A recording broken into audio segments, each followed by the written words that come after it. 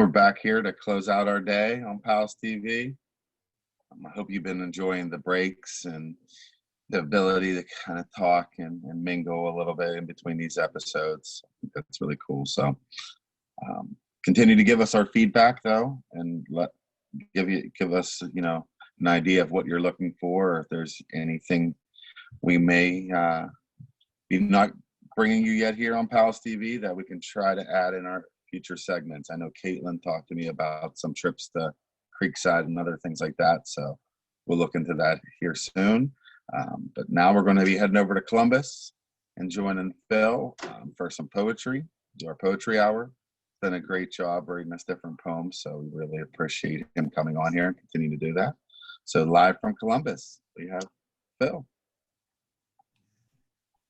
Welcome back, gang. It's Aaron Sen. It is poetry hour again, so get ready. Always an exciting time to delve into literature. All right, so let's see where we want to start this time. I say we start same place we did before.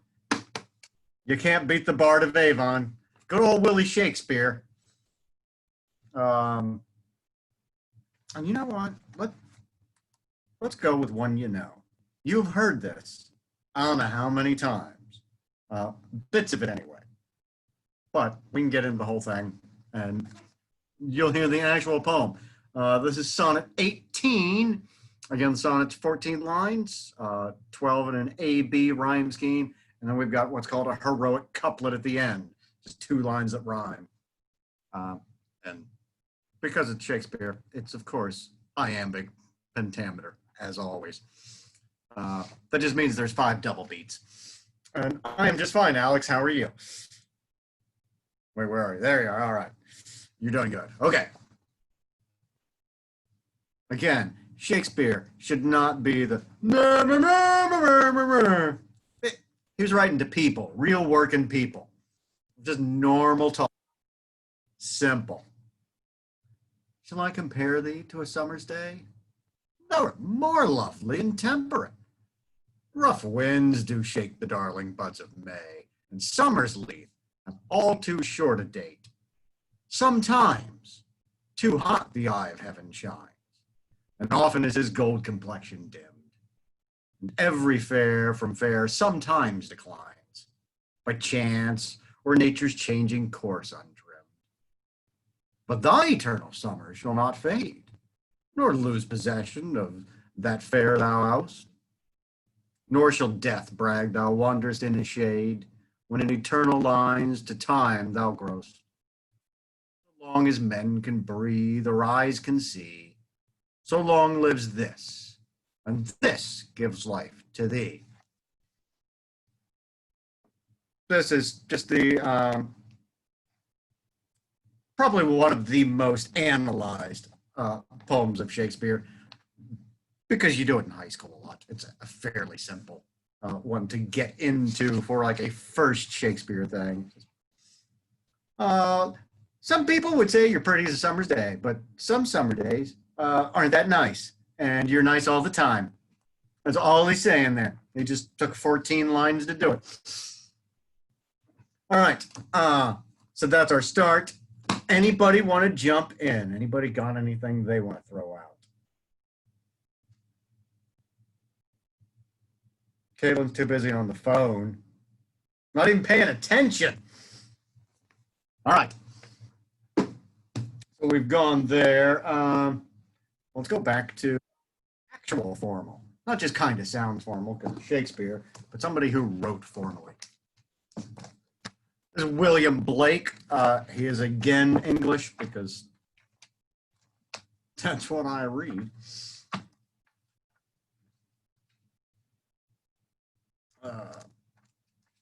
That's interesting. Blake was very religious and in a mystic religion way. He experienced the entire universe as some kind of mystic thing, and was not on drugs all the time, which others have been. Coleridge, for example, who did Kubla Khan we did last time, he wrote that on laudanum Uh, Blake was not big on that. He was big on a lot of other things. Oh, hey, let's do one on America. Even though he's English, he'll still write about America. And again, he is formal. This is about language more than anything else. We're just going to go with the intro to this because, the poem is, 10, 12 pages long, which seems a little excessive. There's some weird stuff about national anthems I was going to get into, but trust me, you don't care, and I really do. So you would have to listen to me talk a lot about it. He wrote an interesting national anthem, which isn't, but is, and we'll not get into it. So, America, a prophecy, the preludium, or the prelude, the beginning part. What we're going to talk about before we get into the real poem. We're just going to do the prelude. The shadowy daughter of Urthona stood before Red Orc, when 14 suns had faintly journeyed o'er his dark abode. His food she brought in iron basket, his drink in cups of iron. Crowned with a helmet and dark hair, the nameless female stood, a quiver with its burning stores, a bow like that of night, when pestilence shot from heaven. No other arm she need. Invulnerable, though naked, save where clouds roll round her loins, their awful folds in the dark air, silent as she stood as night. For never from her iron tongue could voice or sound arise, but dumb till that dread day when Orc essayed his fierce embrace. Dark virgin, said the hairy youth, thy father's stern abhorred, rivets my tenfold chains while still on high my spirit soars, stalking upon, sometimes an eagle screaming in the sky, sometimes a lion stalking upon the mountains, and sometimes a whale I lash the raging fathomless abyss, anon a serpent folding around the pillars of Urthona, and round thy dark limbs on the Canadian wilds I fold. Feeble my spirit folds, for chained beneath I rend these caverns. When thou bringest food, I howl my joy, and my red eyes seek to behold thy face in vain. These clouds roll to and fro, and hide thee from my sight. Silent is despairing love, and strong is jealousy. The hairy shoulders rend the links, free are the wrists of fire. Round the terrific loins he sees the panting, struggling womb. It joyed. She put aside her clouds and smiled her firstborn smile, as when a black cloud shows its lightning to the silent deep. Soon as she saw the terrible boy, then burst the virgin cry. I know thee, I have found thee, and I will not let thee go. Thou art the image of God who dwells in the darkness of Africa. Thou art fallen to give me life in regions of dark death. On my American plains, I feel the struggling afflictions endured by roots that writhe their arms into the nether deep. I see a serpent in Canada who courts me to his love. In Mexico, an eagle, and a lion in Peru. I see a whale in the South Sea drinking my soul away. Oh, what limb-rending pains I feel. My fire and my frost mingle in howling pains, and furrows by thy lightnings rent. This is eternal death, and this is the torment long foretold. The stern bard ceased, ashamed of his own song. Enraged he swung, his harp aloft sounding, then dashed its shining frame against a ruined pillar in glittering fragments. Silent he turned away, and wandered down the vales of Kent, in sick and drear lamenting. Not the cheeriest start to a poem about America. This is because William Blake, with his mystic religion and things like that, was a great believer in equality for all people, and was very upset that in the United States, where we were, all men created equal in our founding documents, and yet we had slavery, so clearly not equality. That upset him very much. And that's where he's talking, all that pain and the fire and the iron and the shackles. That is about how the poet, who he's pretending he's not, is upset that in this new wonderful country that's being born, there's slavery there and it doesn't work. But it doesn't fit the ideals of what they were talking about. William Blake, great. Always the best William Blake is when the doors of perceptions are cleansed, man will see things as they truly are. Infinite. Reality as it truly is. Always a good one. You should definitely do that. I kind of want to find. Nah. We'll skip that one. Okay. So we've had 2 from England. How about some from Columbus or Ohio? We're not all Columbus. Oh, what do we got? Hey, Gilligan, where are we at? What's going on, Gila? So I will give you a call meeting after Eric. So I don't know what time would meeting be for Eric. Well, I've got all kinds of times of meetings. And, Call me. Call me. yeah, have people send me emails and we can hook up a meeting. Recording, yeah. Yeah. That's Yeah. what I'm meeting. Yes. Not right now, because this is busy. Why? Okay, we're going to get back to poetry. Thank you. Yeah. Caitlin, what do you got? Come on. Hit me. Okay, it's Fire and Ice. It's by Robert Forrest. Okay, classic American. Some say the world will end fire, and some say the ice. From what travel just heard of these favorite flowers, but it heard published twice. I think I don't know enough. I hate to the desire of ice. It is also great and wonderful surface. We're definitely going with the depressing stuff here. This is about the end of the world. Are we all going to freeze or will it up? And that's really about how we react emotionally. Some people just don't care. So, we'll just freeze and everything will end. But, people get angry. There's lots of bombs and fire. So that's a possibility too. And what Frost is saying, either one. It could go either way at any time. Both of them would definitely do it. JP, what you got? Nope. I double hit it. Hi. How are you? You got a poem for us? Doing good. Excellent. Good to hear. You got any poetry you want to bring out? Mm-hmm. Well, give us one.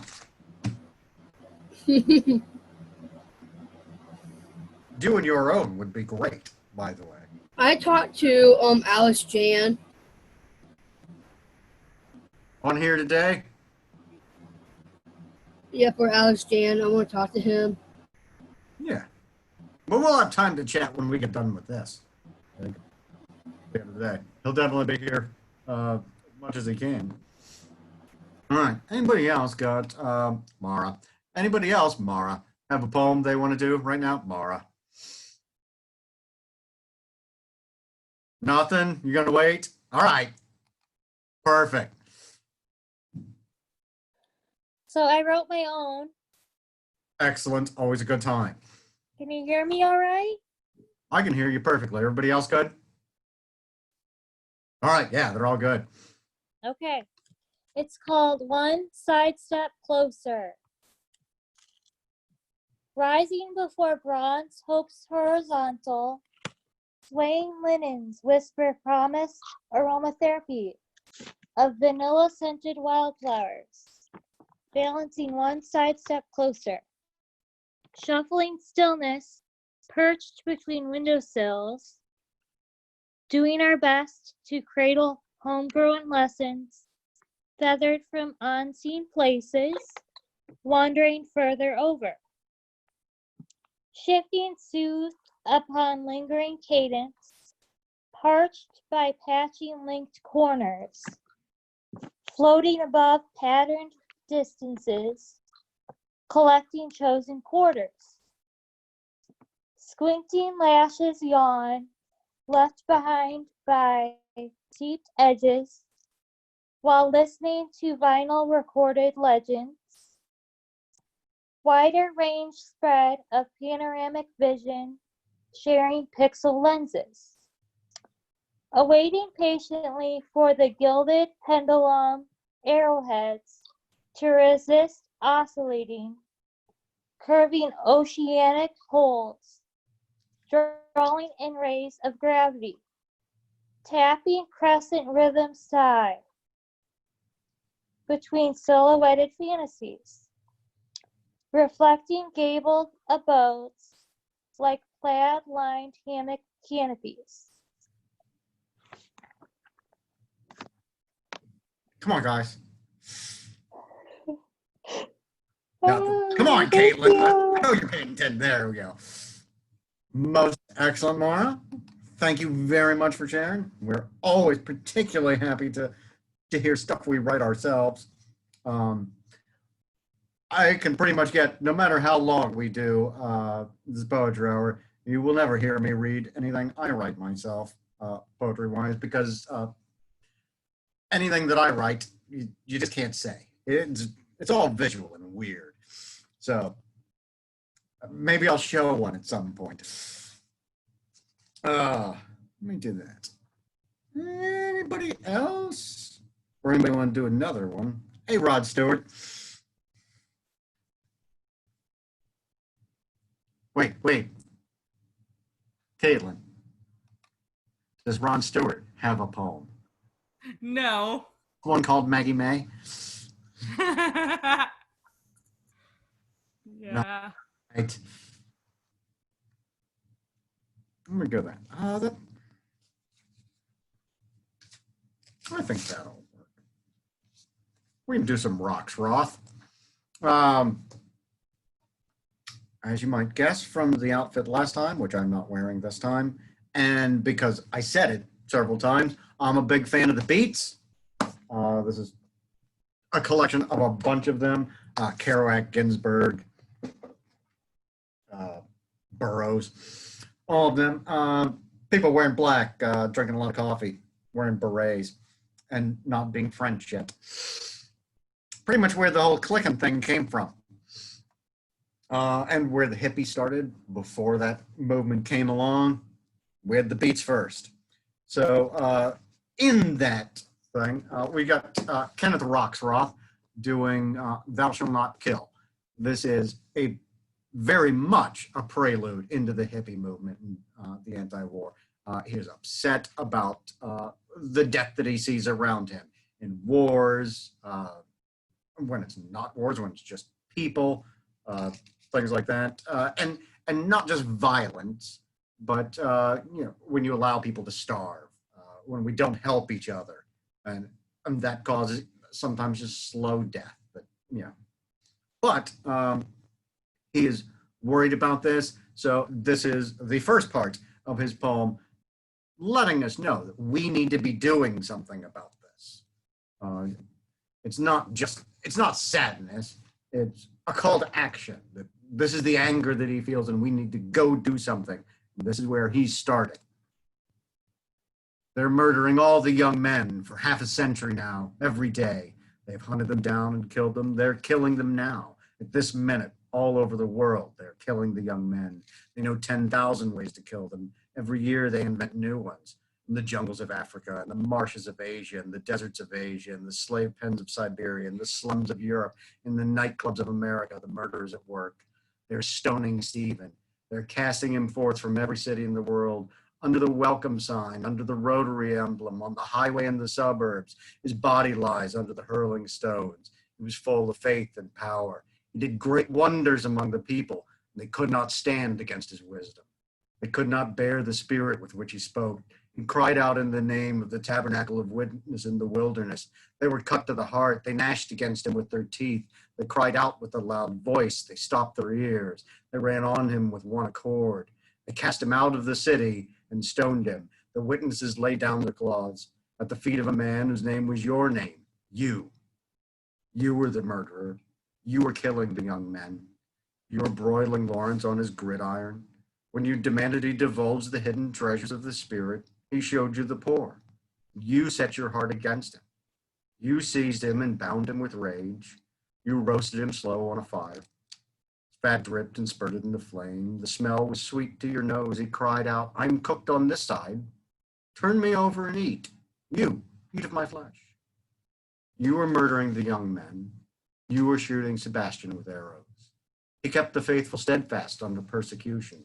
First you shot him with arrows, then you beat him with rods, then you threw him in a sewer. You fear nothing more than courage. You turn away your eyes at the bravery of the young men. You, the hyena with the polished face and bow tie, in the office of $1 billion corporation devoted to service. The vulture dripping with carrion.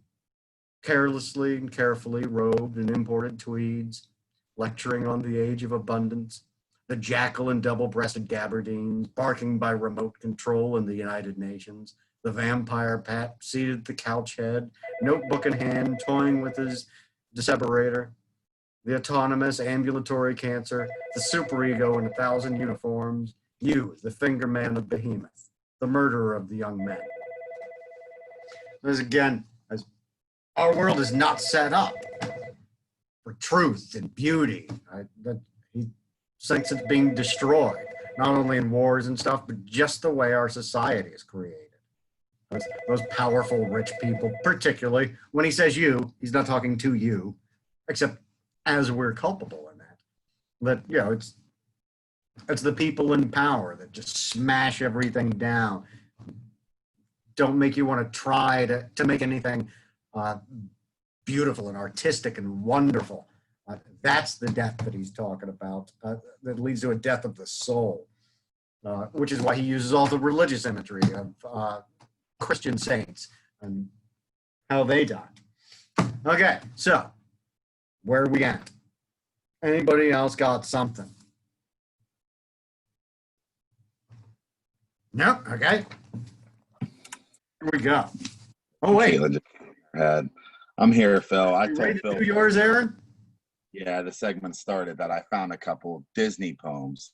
So I know we had a lot of Disney fans out there. We did a couple Disney segments, Bianca and Disney trivia for us. So let me read I have two, and then I'll look for a couple more while Phil jumps back in. So, all right, here we go. The first one. Goofy is just crazy. Mickey is really cool. Minnie is so pretty. All Pluto does is drool. Mortimer is evil, and Pete too. Jafar wants the magic lamp, but they run if you said boo. Snow White found her prince. Cinderella lost her slipper.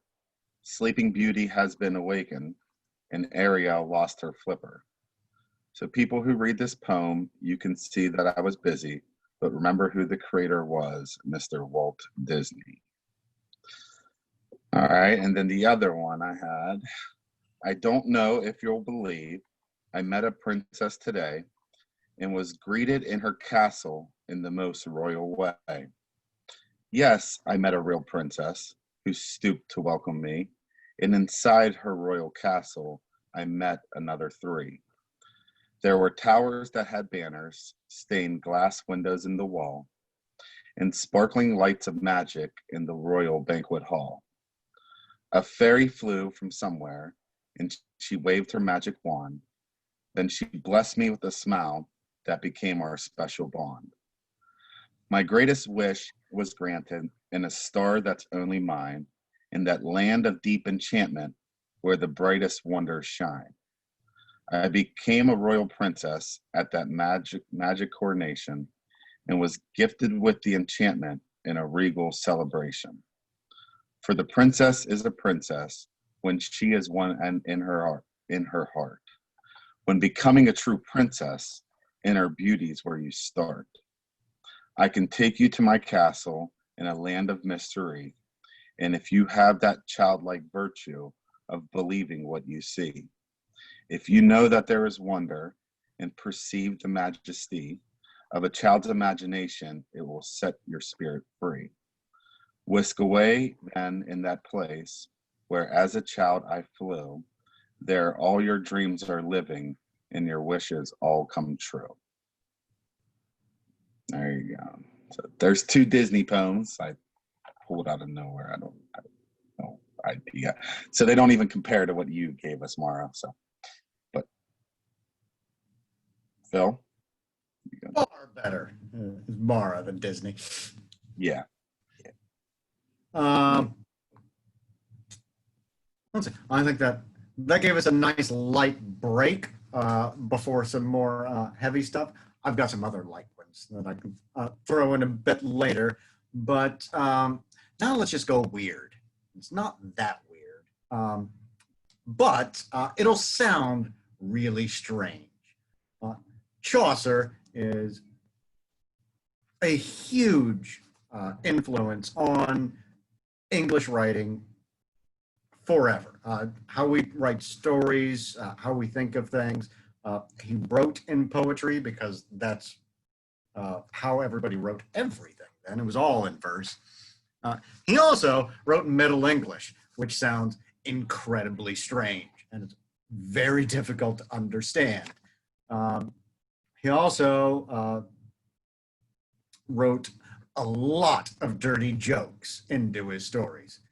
There aren't any in the section that I'm reading in, but that's generally why people read them, is to see if they can find them, because it's almost impossible to understand the language unless you spend a lot of time with it. But this is what became our English that we use, and it sounds neat more than anything else, quite apart from the meaning of it. And the stories are themselves good, meaning-wise. It's a good story. But the way it sounds is just so much fun. And that's why we're going to hit the prologue of The Miller's Tale, which is part of the Canterbury Tales. When that the knight had thus his tale told, and all the rout nas their young na old, that he ne said it was a noble story, and worthy for to draw into memory, namely the gentles of Virtune, our hosta, loof, and swur, so moot I goon, this gooth ite, unbuckled is the mail. Let's see now who shall tell another tale. Virtually, the game is well begun. Now telleth ye, sire monk, if that ye con. Somewhat to quite with the knight's tale, the miller, that for drunken was all pale, so that underneath his horse he sat, he knowed availing neither hood nor hat, ne abiding no man for his courtesy, which is a weirdly spelled courtesy. But in Pilate's voice he began to cry and swore, by arms and by blood and bones, I can a noble tale for the nuns, with which I will now quite the knight's tale. Our host saw that he was drunk of ale, and said, abide, Robin, leave a brother, some better man shall tell us first another. Abide, and let us work in thriftily. By God's soul, quoth he, that will not I, for I will speck or else go my way. Our host answered, tell on a devil way. Thou art a fool, thy wit is overcome. Now hearkeneth, quoth the miller, Allah and some. But first I make a protestation that I am drunk. I know it by my sound.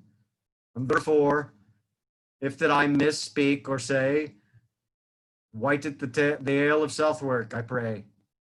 For I will tell a legend and a life, both of a carpenter and of his wife, how that a clerk hath set the right's cap. The reed answered and said, stint thy clap. Let thou be lewd, drunk, and harlotry. It is a sin, and eke a great folly, to appear in any man or him defame, and eke to bring in wives in switch fame. Thou mayest enough of other things saying. This drunken miller spake full soon again, and said, live, brother Oswald, who hath no wit. He is no Cokewald. But I say, Nat, therefore thou art oon. There been full good wives, many oon, and ever 1,000 good ains oon bad. Thou knowest thou well thyself, but if thou mad, why art thou angry with my tale now? I have a whiff party as well as thou, yet nolde I for the oxen in my plough take upon me more than enough, and deem of myself that I were oon. I will believe well that I noon. A husband shall not been inquisitive of God's privity, nor of his whiff. So may find God's voice on there, of the remnant needeth not enquire. What should I more sane but this miller? He knolled his words for no man forbear, but told his churlish tale in his manner. Methinketh that I shall rehearse it here, and therefore every gentle wight I pray, deemeth naught for God's love that I say of evil intent, but for I moot rehearse her tales all be the bet or worse, or else falsen some of my matter, and therefore whoso list it naught ye hear, turn over the leaf and cheese another tale, for ye shall find ye now great and smell of storial thing that toucheth gentlest, that eke morality and holiness blameth not if that ye chest miss. The miller is a churl, ye know well this. So was the reeveek, and other mo, and arletry. They told them both to. Adviseth you, and putteth me out to blame, and eke men shall not make an ernst of game. So, a great story. This is a classic. And again, it's just a prelude. There's a bunch of people that are on a pilgrimage and they gather in an inn and they just start telling stories as they travel. Right now they're in the inn and say, hey, let's tell a story. And Mo says, I got a story. The guy says, well, no, I want a story. You're drunk. And the miller said, I know I'm drunk, but I've got a really good story. So I'm definitely telling my story. So classic. Always good to read. Just if you like language, just to read it for the sound, and you can see where English came from and how it changes over time, which is probably why I read it most.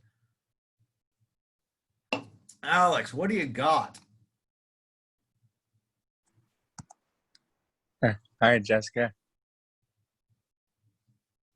Are you guys just going to chat, or you got a poem? Yep. Yeah, just chatting. All right, hang on. We're doing poetry. Amber, you're grinning. You got a poem? What do you got? What do you got? Come on. Hit me. Hit me. Nothing. Fine. All right. Let's go with some general classics. Nothing, Bill. What? Nothing. Nothing. Fine. All right. Caitlin, were you just waving? You got something else? You sure? I definitely saw that hand up. Okay. So we can go with my favorite of all time. Other people say this poem differently. I think much like Dr. John Cooper Clarke, who we did last time, and I had to stand up to do because he's a performance piece. I think that this is also a performance piece. I've been reading this poem since I was a very tiny child, or had people reading it to me, or just telling it to me. So I just know it in my head, and it's quite short, so it's easy to memorize. Wee Willie Winky ran through the town, upstairs and downstairs in his nightgown, rapping at the windows, tapping at the locks. Are the children all abed? For now it's 8 o'clock. Which I just really like. It's got a nice sound to it. It's brilliant. I love that poem. All right. Anybody else got anything? Does anybody want to follow that up with Fuzzy Wuzzy? Because that's my second favorite. All right, I'll do Fuzzy Wuzzy. Okay. Fuzzy Wuzzy was a bear. Fuzzy Wuzzy had no hair. I guess Fuzzy wasn't very fuzzy, was he? It's just got such a nice sound to it. It's so round. Right. I kind of want to go back to Shakespeare after that. Or we could do Coleridge.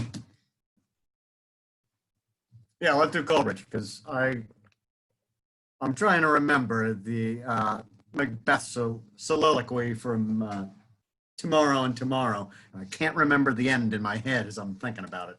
I don't want to leave you without the end. That just wouldn't be right. Oh. It said Shakespeare here in my Coleridge book. I forgot he did literary criticism. There we go. Christabel, Ludi, Fears and Solitude, Wandering King, Kubla. Always good. All the lines, Dejection. That's depressing. Two Wordsworth, The Hunting Song. I just saw this thing. Where was that? Nightingale. Oh, I went too early.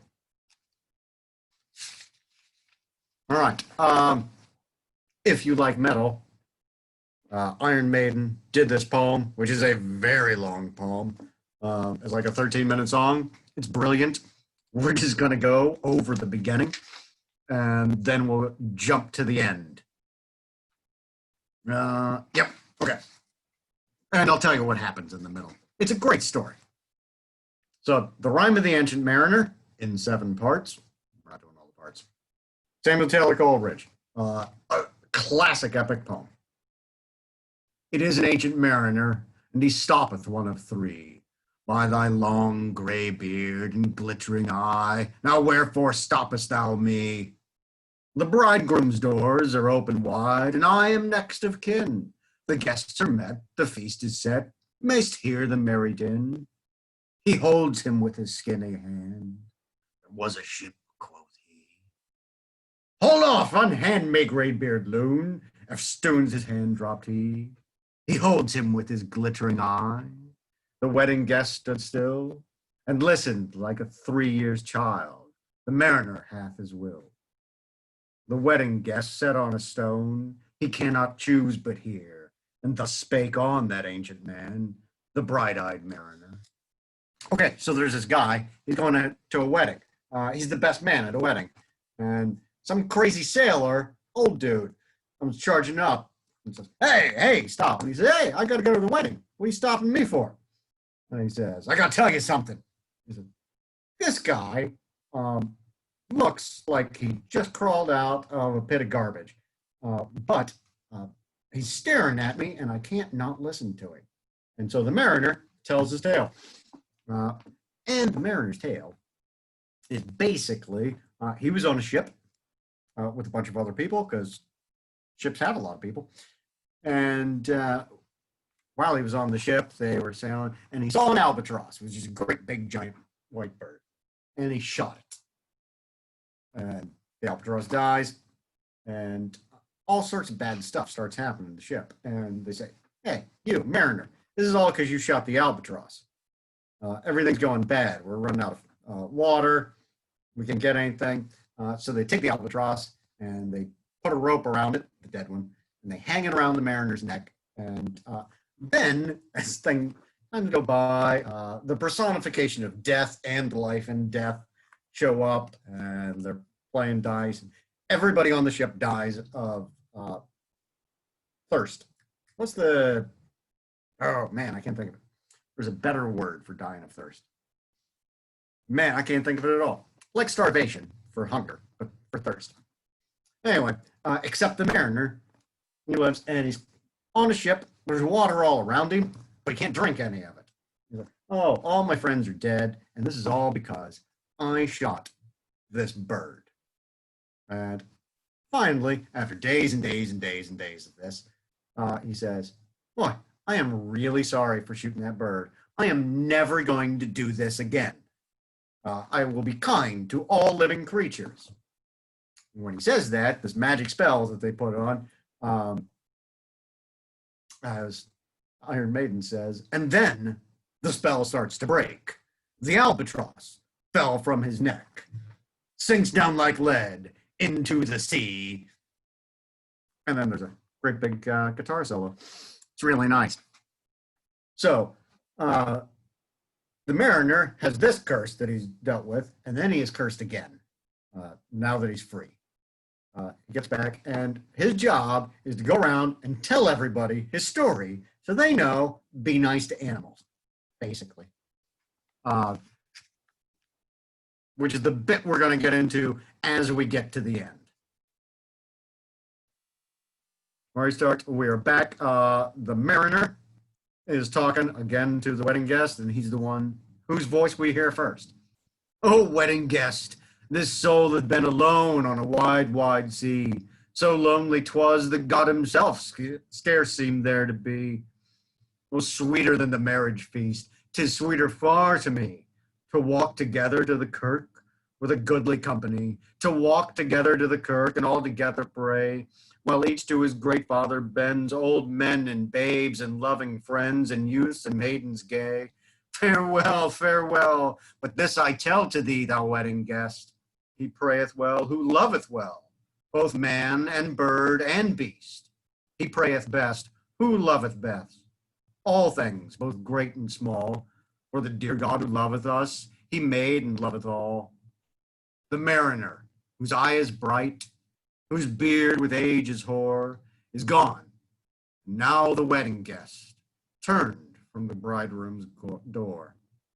He went like one that hath been stunned, and is of sense forlorn. A sadder and a wiser man, he rose the morrow morn. Not only is this a brilliant poem and story, you have heard those phrases that I just did at the end throughout your life. These are practically proverbs, just commonplace sayings at this point. Because that's how big Coleridge is. It's a huge poem. All right, we're running out of time. Anybody got one last one they want to throw out? Are we sure Jonah doesn't have a good one? Because he had a couple of good ones in the production meeting. Oh, all right, Alex, we got there. I like that story. That's a good one. Yep. Jonah, you got a poem for us? I did a poem, I think on the last poetry one, but let me see. There was one that I did not share last time.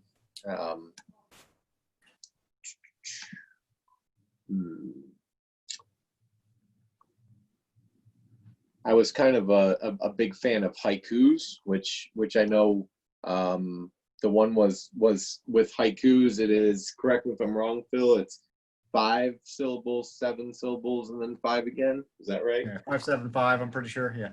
Okay, so I did come across a really interesting haiku that was, help me, I am trapped in a haiku factory, hurry before they. And that was the haiku. Oh, all right. All right. I love a good haiku. I think Aaron's coming off a mute on that one. That's all we got on time. I thought we were good where we ended with you, Phil, but getting on here and giving us your best. So that wraps up our day here on PALS TV.